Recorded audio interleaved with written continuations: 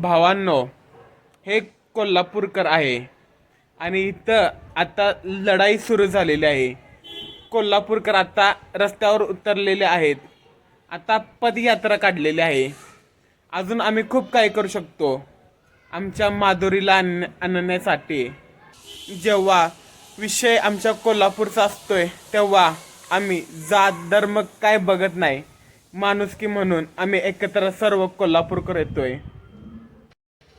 आता आम्हाला माधुरी मिळवायचा. हा लढा आमच्या कोल्हापूरच्या माधुरीसाठी, हा लढा आमच्या कोल्हापूरसाठी, हा लढा एक माणुसकीचे नाते म्हणून आम्ही सर्वजण एकत्र आलेलो आहोत.